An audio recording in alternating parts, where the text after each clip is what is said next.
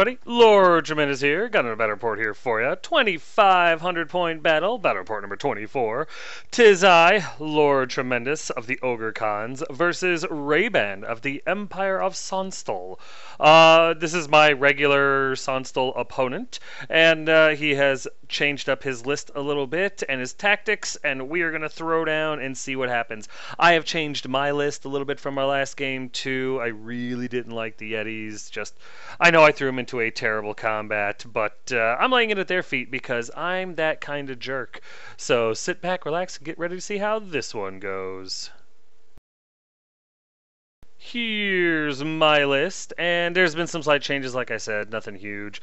I still have my great shaman, Kaka Shabadu. He's a level 3 wizard. I took away his magic weapon. He's got the demon heart, talisman of greater shielding, and he uses the path of butchery. So yeah, I just needed some points to do what I wanted to do in this list, and he lost his pretty little sword. I don't think he cares. Next up, I have my hero choices. I still have my Khan. He's still my BSB. He's got the Flesh Render, Mithril Mail, and the Talisman of Lesser Shielding. No real change there. I still have my Shaman, the Combustor. He's still a level 2 Shaman with Skull Splitter and Path of Fire. I like his kit, I like his setup, and so I'm not going to mess with him too much. And then, of course, I have my Mammoth Hunter, Lord Tremendous. He's got his Ogre Crossbow, Heart Ripper, Yeti Furs, Gem of Dragonfire, Troll Eater, and he's still on his trusty Tusker, the War Teddy. Somebody did suggest that I do the Mammoth hide on him or whatever, and I was trying, and then I realized you have to be on foot in order to use the Mammoth hide. So, sorry man, that would have been a great idea, but as long as he's mounted, I can't use it on him. For my core choices, I still have my 7 tribesmen, the good old boys, with Banner Musician, Iron Fist, and Heavy Armor. I have my 5 tribesmen, the Inner Council, with Banner Musician, Iron Fist, Heavy Armor, and the Banner of Discipline. And my 4 bruisers, the dour ones, and they're butt naked. For my special choices, I have a unit of 5 Scrappling Trappers, the Favored Pets. And then I have another unit of 5 Scrappling Trappers. They don't have a name because I don't know if they're going to stay in the list for very long. Then, of course, I still have the backbone of my army, my 6x Mercenary Veterans, the Storm of Retribution. They have a Banner, Musician, Iron Fist, Lethal Strike, Thunderous Charge, and the Banner of Speed. If these guys get a hold of you, well, you might as well kiss your ass goodbye. And then, of course, I have my Kin Eater, Lady Elizabeth.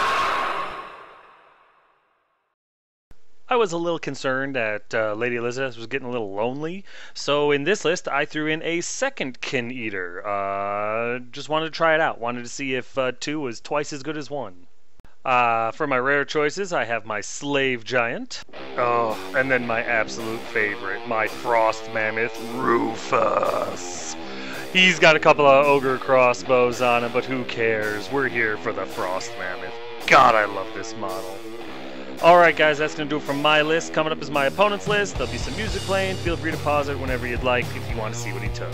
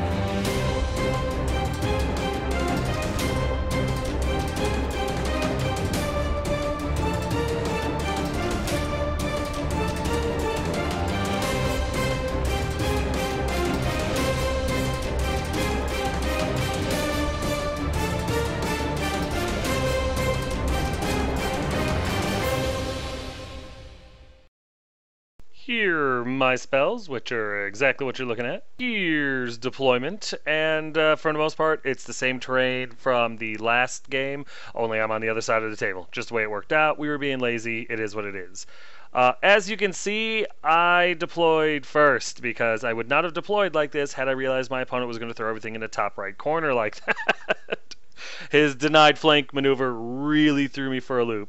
On the left side on my team there, or on my side anyway, is my slave giant in the ruins. He's completely just wrong.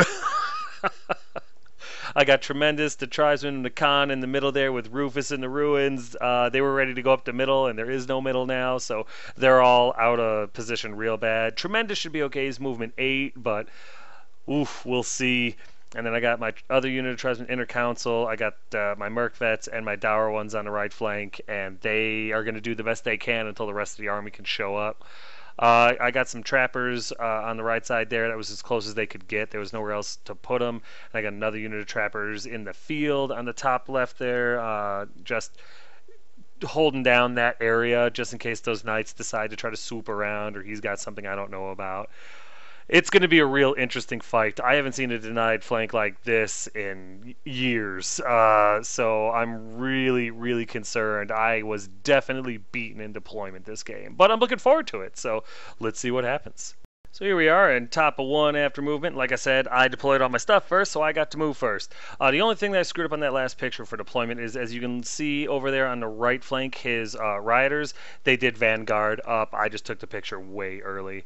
My bad. But in this turn, my bruisers tried to charge his rioters in the flank, and they failed. It was a longer charge, so I'm not upset about it. They ended up moving up like 2 or 3 inches, and I couldn't stop on the wall. That's, you know, just the wall that they're in front of, so they stopped right there. I moved my combustor shaman up to throw fireballs and 4 shots at him because I do not want those guys having a field day, attacking my stuff. I moved my Merc Vets up just as far as they go, right up into the ruins there. For 2 reasons. One, I wanted the rioters to charge me in the flank. I'm pretty confident in my Merc Vets.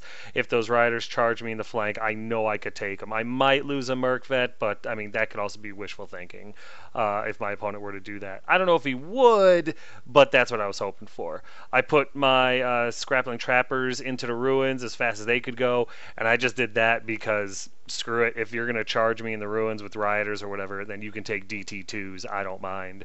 The rest of my stuff moved up as quick as it could. I didn't want to risk marching Rufus through the ruins, so I moved him up 6 inches. My tribesmen go into the water, and that's when I remember you can't march once you touch water. Stupid. So yeah, they're even more out of position now. Tremendous moves up 8 inches so he can fire his crossbow. Giant runs 12 inches, and everything else is panting trying to get into this fight. There's a better picture of my bruisers failing a charge, and that's okay. It was a long distance one anyway. During the magic phase, okay, if you watched my last game, you know that towards the end of the game, I did a big 3d6 fireball on 5d6, and I blew my caster up. I blew up the combustor. He miscast 4, and he died. He did do some damage to some zombies, but it really wasn't worth it. Well, I decided to double down on my bet. I decided, you know what, I'm going to throw 5 dice at a big fireball. My opponent will probably burn his scroll or whatever, because we kind of still play closed lists. It's force of habit. I don't know what my opponent has. Yes, I take pictures of his list, but I don't really read it. You know, I just kind of aim the camera, shoot, and then we move on. I give the list back. I don't read it. It feels like cheating. I know it's not. I know it'd be perfectly legal for us to exchange lists before the game. It's just force of habit. So I have no idea what he has, and so I'm thinking he's going to burn a scroll because he doesn't want his rioters dead. Well, I end up overwhelming powering it, and the spell goes off, and all of his rioters die. I do like 12 wounds total, or something, or 12 shots, something crazy. It's enough. All the rioters are dead. And I miscast 4 or 3 or whatever that is. Yeah. Oh god, 2 games in a row, 2 spells in a row. 5 diced it, thinking it would be stopped or something. And if it did go off, great. And there's no way I'm gonna roll a 2 through 4, right? Oh man. Well, that's why they call it a gamble or betting big to win big, because Yeah, I destroyed the combustor. The only good thing about this, well, there's two good things about this. The rioters are dead, so I don't have to worry about that anymore. And nothing else was close enough to get hurt by the spell. The dour ones take their panic check and pass, but man, does that suck. Then over here in shooting, my trappers, it's hard to see, but they could. We decided to use the ruins as like open ruins. You can see them and stuff. So there's archers, there's bowmen over there, skirmishing bowmen on the other side of that wall, and my trappers throw their stuff at them, and I think they killed two of them. So it's better than nothing. And then over here, Rufus shoots both shots at these guys, and both hit. Movement, long range, needed 5s, and both hit. Only one wounded, though. He stopped on the one that wounded, it killed a guy, and the next guy was able to make his armor save. And with the second shot, he made his armor save. So it was actually quite impressive rolling by my opponent and myself. So kind of enjoyed that. So with that all said and done with my turn, we go over here to bottom of 1 after movement, and there is not much. His skirmishing unit of bowmen that my trapper shot at last turn come into the ruins to deal with my trappers, and they've got enough shots, they could probably do it. His captain on a Pegasus moves up to where his rioters were just to get a better angle on stuff, probably shoot at my trappers or something. And the rest of his stuff doesn't really move at all. He's making me come to him. He knows I have to. So that's pretty much it. I mean, you're looking at it. He's castling hard. During the magic phase, he got Flaming Swords of Ruin off on the, or Flaming Swords, whatever it is, off on his crossbow unit, making it easier for them to wound, and not the best spell for me to let get off, but I was trying to stop everything else, and he's outplaying me, I gotta be honest. And then we go into shooting, and yeah, his bowman skirmishing guys, they are able to kill 3 of my trappers. It was very impressive shooting.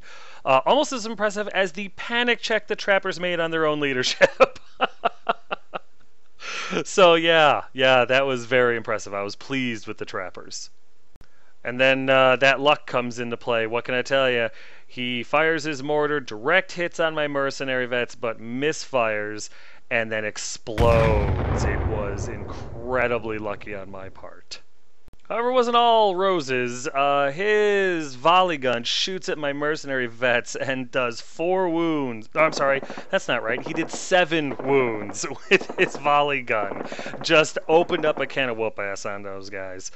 Yeah, they do pass their panic check, thank God for small favors, but that volley gun's gotta go. So with blood smeared all over the table, we go over here to top of 2 after movement, and I go in. My bruisers, the dour ones, oh my god, these guys. They needed an 11. I decided why not. I'd charge his captain on a Pegasus. It's an 11 to hit him. I'll give it a shot. Why not? I charge, and I actually flip and make it. I could not believe it. One thing I forgot to mention last turn, his captain on Pegasus did shoot one more and kill one more trapper. They broke and fled away from... well, I think they fled the wrong direction now that I'm looking at it. But what can you do? We screwed up. Or I got this sequence of events wrong. Either way, that's why my trapper is in the bottom right-hand corner there fleeing. Did not rally, continues to flee, ends up fleeing off the table. Spoilers. But anyway, get back to my point. My bruisers, the dour ones, they actually make their damn charge. I rolled an 11, which is exactly what I needed to hit him. I do lose a bruiser going through the terrain, the ruins, but I lose one bruiser. They make their panic check, and that's something. My mercenary veterans, they charge into that damn volley gun, because if it's the last thing I do, I got to kill that damn thing. And they make it. I take 1 more wound because of dangerous terrain. And the rest of my guys just move up. The scouts, Elizabeth comes on. We start putting some pressure on stuff. The other Kin Eater comes on the right side of the table. And yeah, I've just got to do as much damage to these guys as quick as possible, because if I let them keep shooting at me, I'm going to run out of ogres. Like I said, for the most part, you can see I'm kind of swamped in the middle still because stupid placement on my part, but hopefully by turn 7, everyone will be in. There's a better picture of my dour ones making it into combat with his Pegasus captain, and that's just lucky as hell. And there's a better picture of my mercs slamming into the volley gun. And the one guy has moved over. The one mercenary on in the front rank there has moved over a little bit to the right. He's in there. They're just stuck in the ruins, and physics wouldn't allow us to put the whole unit in there, without breaking a whole bunch of stuff. So that's why it looks a little weird. During the magic phase, I'm able to get Marrow Drinker off on my Merc Vets. That was a spell I threw out there just to pull some Dispelled Ice. He didn't fall for it, let it go, so awesome. During the shooting phase, I don't remember if it was Rufus or Lord Tremendous, but somebody with an Ogre Crossbow put another one of these Knights down, which was just a fantastic shot. I love Ogre Crossbows. And then we go into combat.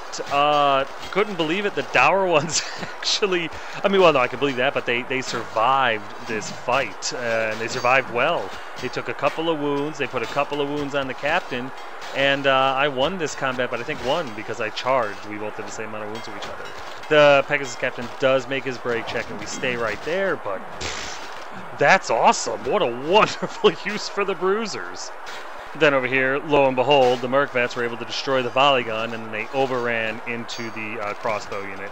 Everyone's passing their panic checks and everything like that, but yeah, I got a hold of his volley gun, destroyed that, and now my Mercs are into the crossbowmen. So, like any other gun line, once you get a hold of it, it starts crumbling, but man, I'm just happy that it's happening so early. So I go over here to bottom of 2 after movement, and there's been, again, not a ton. His greatsword guys, I think, just kind of reformed to look over towards the left. The halberdiers stay still. His other unit of skirmishing bowmen move over to the left there towards the center to shoot at Elizabeth, who's on the hill. His knights don't do anything. They didn't charge because they couldn't see the Merc Vets. They didn't want to go through the water. They didn't want to take the chance of missing a charge. So they stood still. And even the stuff in the ruins, the skirmishing bowmen in the ruins, they don't really go anywhere. Everything just kind of stays where it's at. During the magic phase, my opponent gets Fireball off on Elizabeth and is able to put 3 wounds through on her, which really sucks.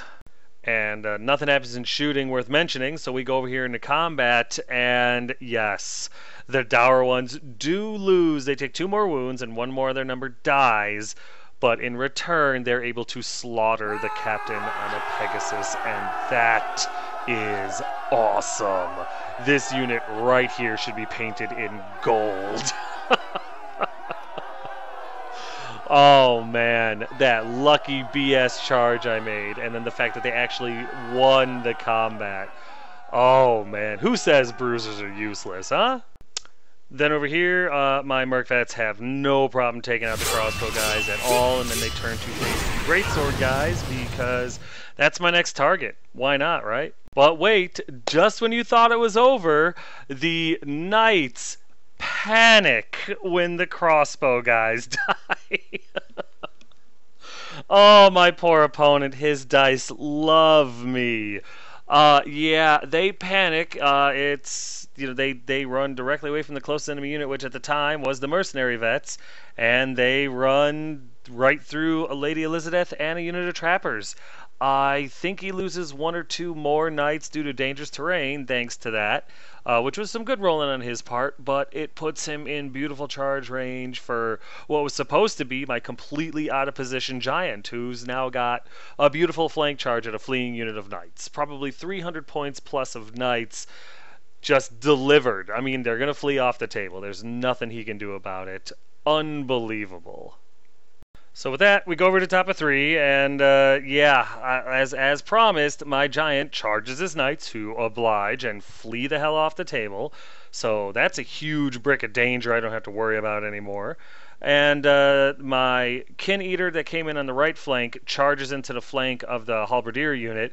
That's mainly to keep them where they are. I don't want them moving. I don't want them reforming. I don't want them to do anything to help in this fight. You know what I mean?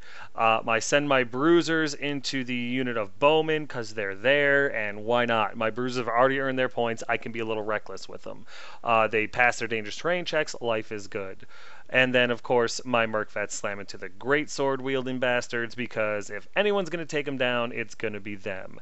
Everything else moves up as fast as it can in order to try to get into this fight. But it's looking pretty good for the home team. There's a better picture. The dour one's running into the bowmen, the Kin Eater slamming into the halberdiers, and the mercenary vets slamming into the greatsword guys. Oh! Damn it, and there's a better picture of Lady Elizabeth failing her charge into the bowman skirmishers. It was a long-distance charge, but hey, I made one earlier. I figured I'd give it a shot. During the magic phase, I get stubborn off on my mercenary veterans just in case these greatsword guys have something I'm not ready for. I figure, you know, rolling an 8 is a lot easier than rolling a 2. And then in the shooting phase, I think it's Lord Tremendous shoots at the unit of skirmishing bowmen. I mean, move, long range, skirmishers, all that junk. He still hits and still kills one of the damn skirmishers. I feel pretty good about that.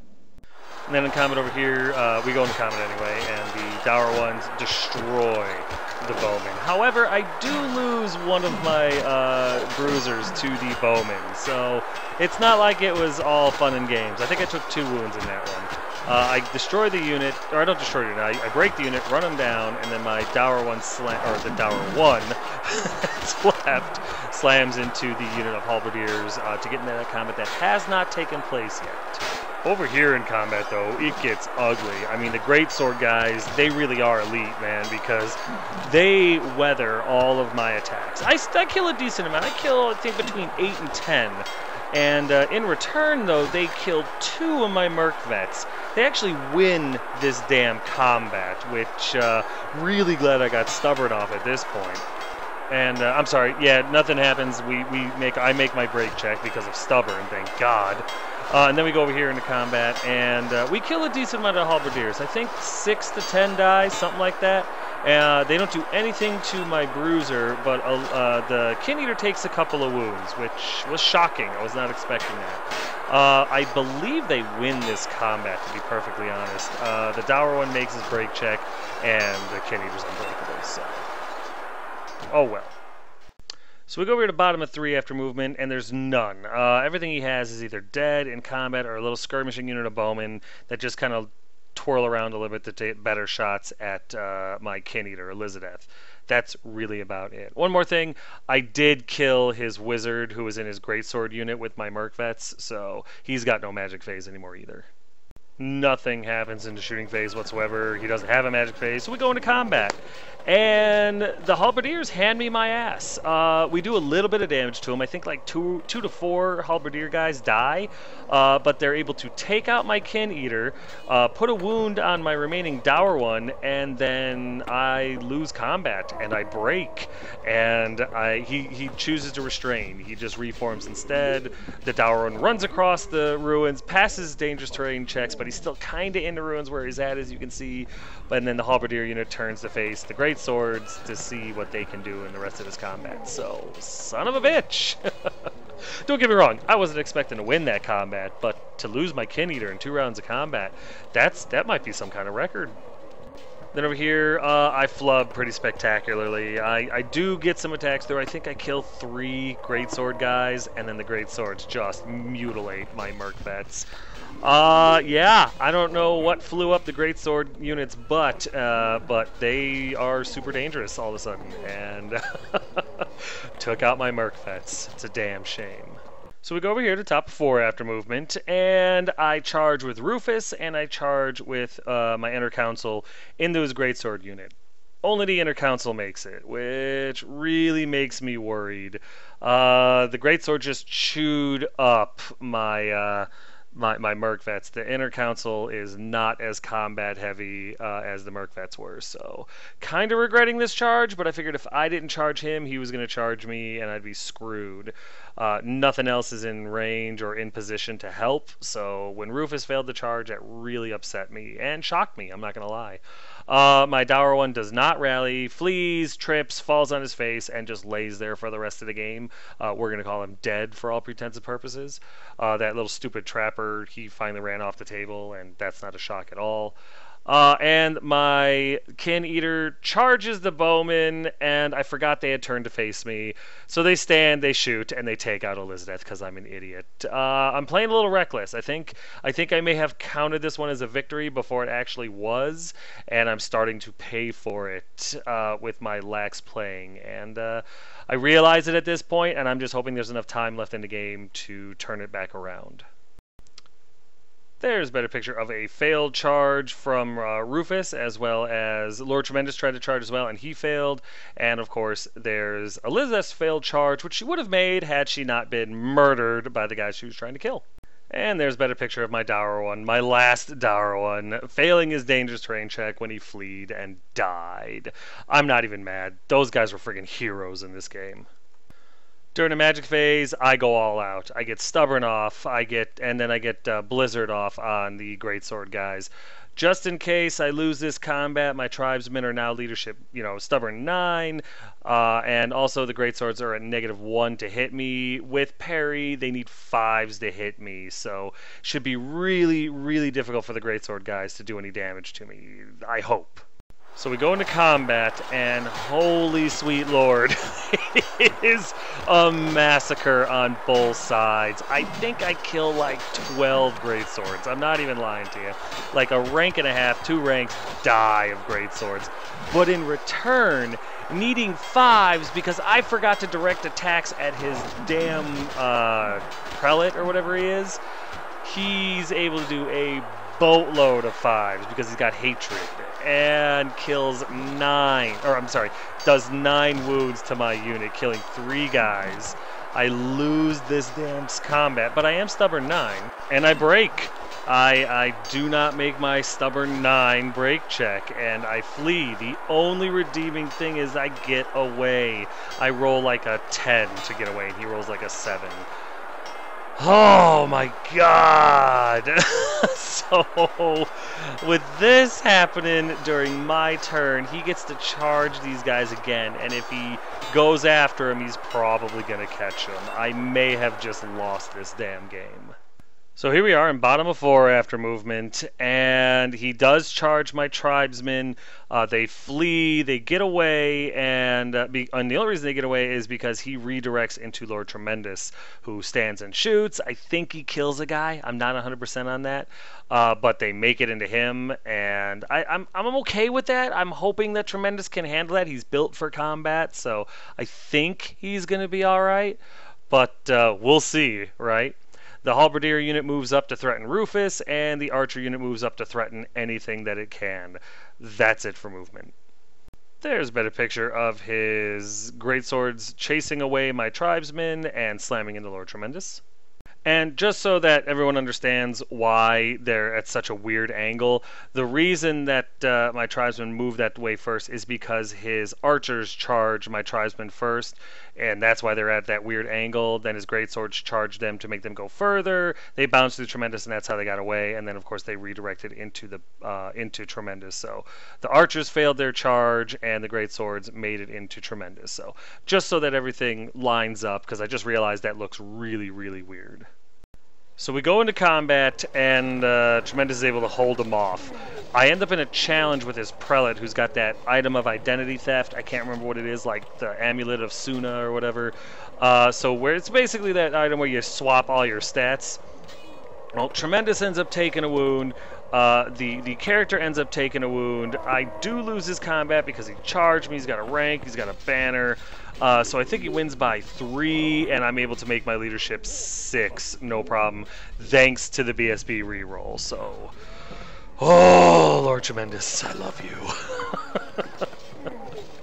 I'm not sure who I'm talking to. I'm all confused now.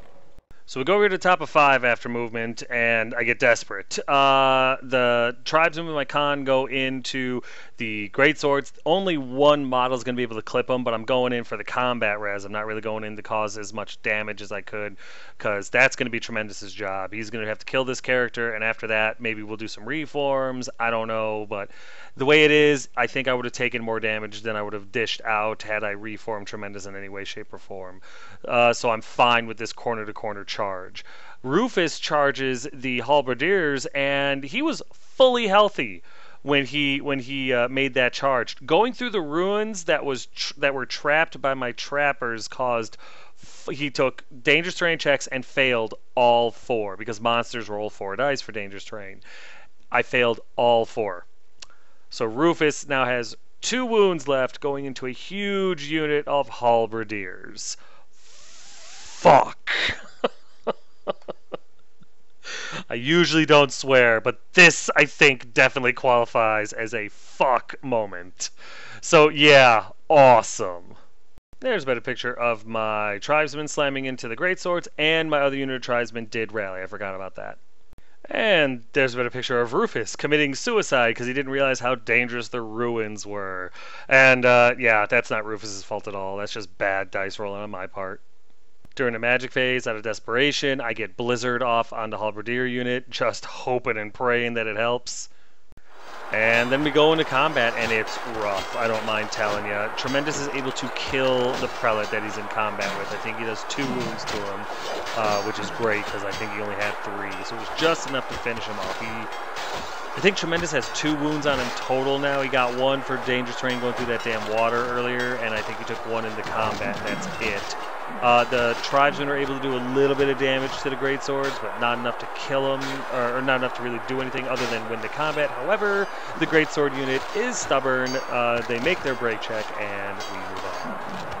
Over here, however, son of a gun. Yeah, Rufus dies. He kills a handful of the halberdiers. He does do a little bit of work. Unfortunately, it wasn't enough. The ruins really hurt him, and the halberdier unit was able to put the last 2 wounds on him.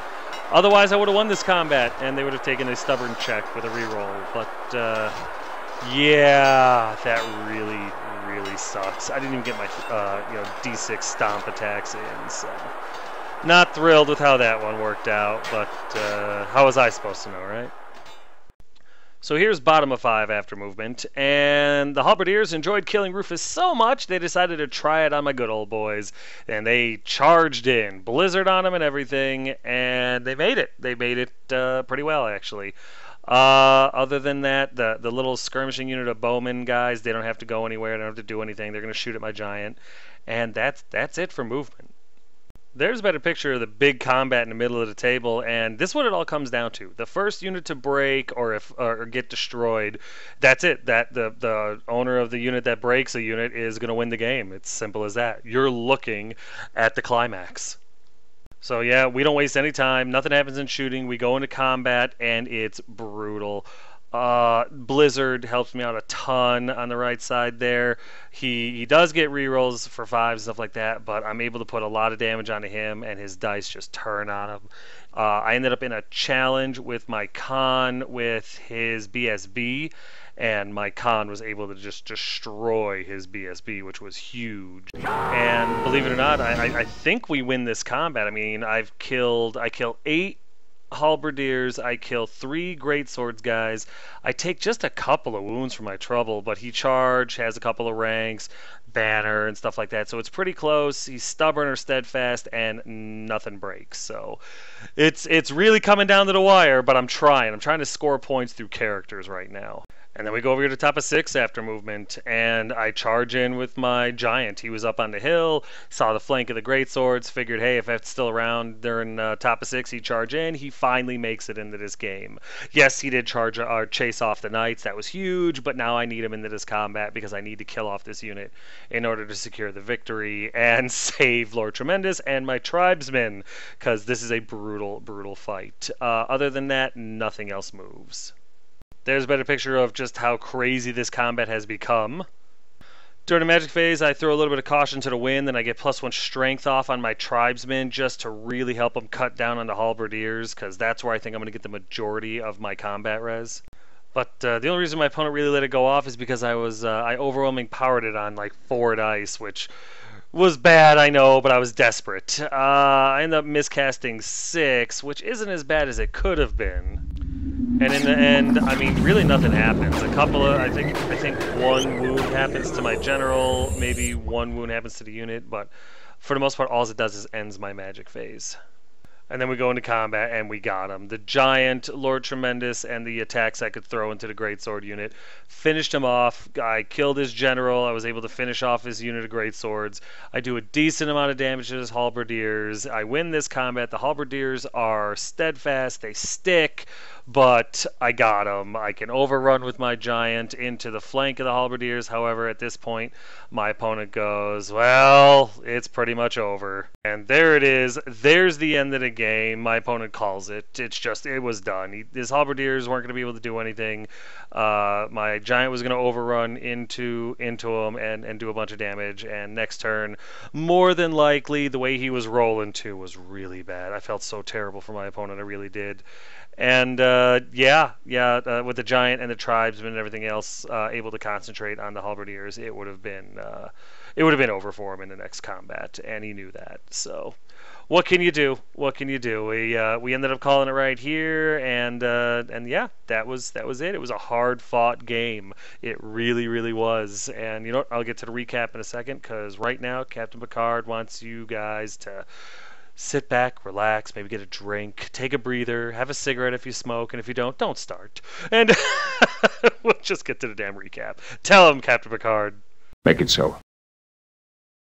So in the end, it was a victory for Lord Tremendous. I got 2,442 out of him. He got 1,129 out of me for a difference of 1313. I ended up losing my Combustor, my Bruisers, 1 unit of Trappers, my Merc Vets, both Kin Eaters, and Rufus. Damn those ruins. They're as bad as forests sometimes. A lot of things really, really went my way in this game. The Dour ones kicking righteous ass, slamming into the Captain out of Pegasus with that 11 to charge them. What was that? That's a 17-inch charge, and they made it. Slamming into the bow skirmisher guys, and then into the halberdiers was huge. Having 2 Kin Eaters was cool, but I think just having Elizabeth was enough. I really do enjoy having 2 units of Trappers, even though it kind of bit me in the ass with, with what happened to Rufus and the ruins and everything like that. But we'll see. We'll see. I haven't quite decided how I want to tweak the list. I have an idea. Well, screw it. I can share it with you. I kind of miss having a Great Khan. Just a big, beefy, lord that's tooled out to murder. And slowly but surely, I'm trying to figure out how and if I want to bring him back into the army, where I'd have to cut points and all that stuff. So you might see some different lists in a couple of battle reports or whatever. My next game is this same list, so we'll see. We'll see. And of course, having the slave giant back, and doing his thing is always a great thing. So all in all, I'm really happy with the direction that everything was going in this game and with my list. Not everything went my way, though. In fact, there were quite a few times where I should have lost this game. That Imperial Guard unit, the Greatsword unit, really earned their keep this game. Murdering, just mutilating what was left of my mercenary vets, taking out the tribesmen, and then holding up Lord Tremendous. I mean, if I hadn't gotten what I got into there, I would have lost this game. Really got lucky that his mortar blew up when it did. Bottom of 1. Couldn't have asked for a better explosion, right? And then, of course, I've said it 100 times, that crazy charge by the Dour ones into his Pegasus captain. That was insane. But really, in my opinion, what turned the game against my opponent and made it so that I could win easily. Well, I shouldn't say easily, but so that I could, basically have this game was when his knights panicked and then fled in such a way that my giant could chase them off the table. I mean, talk about the stars aligning. That was insane. But this was an insane game. So many ups and downs, I got dizzy. Of course, this is a great opponent. I really do enjoy playing against this guy very much, and I feel terrible about how unlucky he is with his dice rolling. But as always, I'm very much looking forward to the next time I get to face off against him. Real quick, I just want to say a quick thank you to everybody that's donated to me through Patreon and PayPal and everything, that have allowed me to use their names to thank them. Alex of the Vale Renegades, South Florida's Gamermancy team, and of course, Daniel Jolson. Thank you guys very much, and to everybody else who's donated and doesn't want me to put their name in the battle reports. I really do appreciate it, and everyone, even if you don't tip, that's perfectly fine. It's not an obligation thing or even something that's required or requested. It's just a nice thing if you choose to do it, and I do very much appreciate it. But that's going to do it for me, guys and gals. Battle Report number 24 is officially in the history books. As always, if you have any questions, comments, concerns, or complaints, feel free to put them in the comment section below, and I will get back to you as quick as I can. But yeah, guys, thanks.